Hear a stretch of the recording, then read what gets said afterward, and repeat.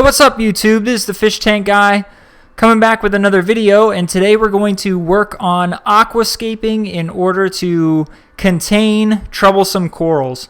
So what we're going to be focusing on today is this little guy right here, a Green Star Polyp, otherwise known as GSP.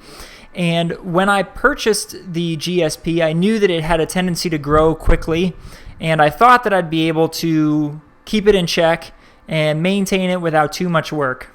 Now, however, I was on message boards and reading in forums and things like that, and people say that it can be quite a nuisance. It can cover other corals. It can be hard to really keep in check, especially if you have it on the rocks that are a part of your main aquascape. So what I decided to do was I bought the Aqua-Mag Junior from Aqua-Mags.com. This is the Aqua-Mag Junior. It is a small man-made rock, or it looks like a rock anyway, made out of natural elements, I guess. And it has a magnet built into the back. So what this allows you to do is it allows you to attach it to either the aquarium glass or the back wall. So what I'm going to be doing is I'm going to be attaching the Aqua-Mag Junior to the back wall on the right hand side, kind of in between where the two intakes for the filter are.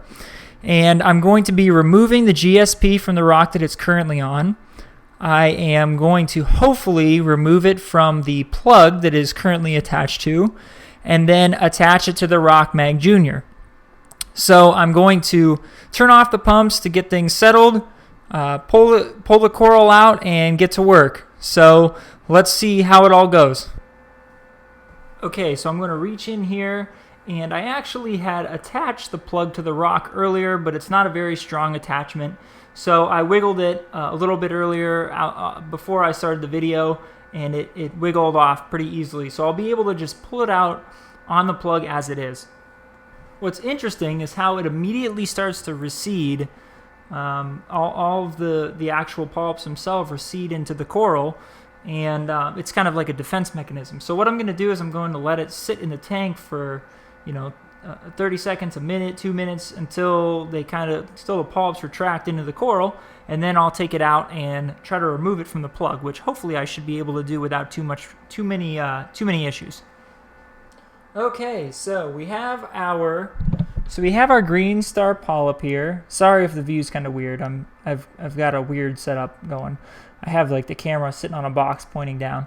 So here is the GSP outside of the tank. I don't want to keep it out for too long, so I'm going to sort of move quickly here. But if you can see on this side, there's a decent gap between the coral and the plug, where it is glued and attached to the plug. So I'm hoping that I can use a scraper and just sort of get underneath there without damaging the coral and remove it from the plug. So let's see how it goes.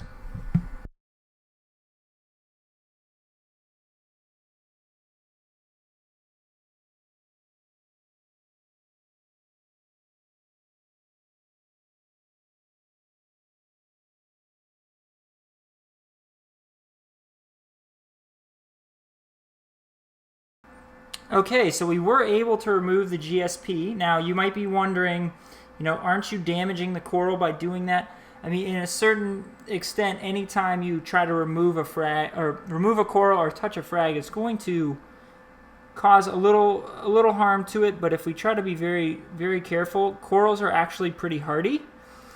So what I'm going to do now is I'm going to find a decent spot on the bottom, and I'm going to try to, oh boy, kind of separated here.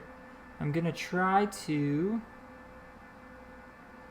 apply some of the glue and find a good spot on the rock here to put it. I might just try to place it right in the middle.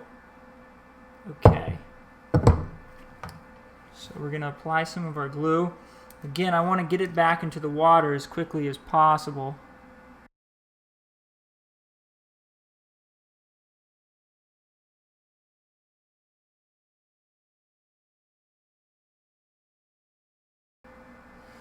Okay, so now we have the GSP attached to the rock, and like I said, I don't want to keep it out of the water for too long, so I'm going to get it back in the tank, and hopefully hopefully the corals actually come back out.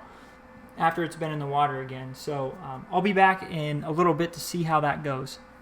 Okay, and I'm back a few hours later with a brief update. As you can see, the polyps are already starting to pop out of the coral, so that's good news. Now just a section is popped out. The other I probably handled a little bit more, so it might take a little more time for them to recover. But it looks like all is going to be well, and hopefully they'll start to flourish on that piece of rock in the back there, and that is where they will stay. So just to give you a kind of an overview of the tank here, as you can see, the new rock looks a little out of place because it is so pearly white as compared to the other rock in the tank. But over time, you know, algae will grow on it and it will become a live rock of its own, and then it will fit in quite nicely. So in this video we talked about transferring a coral from, you know, a plug to a surface, you know, using some glue, and we also discussed the benefits of moving troublesome coral to their own kind of secluded space within the tank to prevent it from overtaking things. I hope you learned a little bit something from this video, and if you have any questions, comments, or opinions, please leave them in the comment section below. And this is the Fish Tank Guy, and I will see you soon.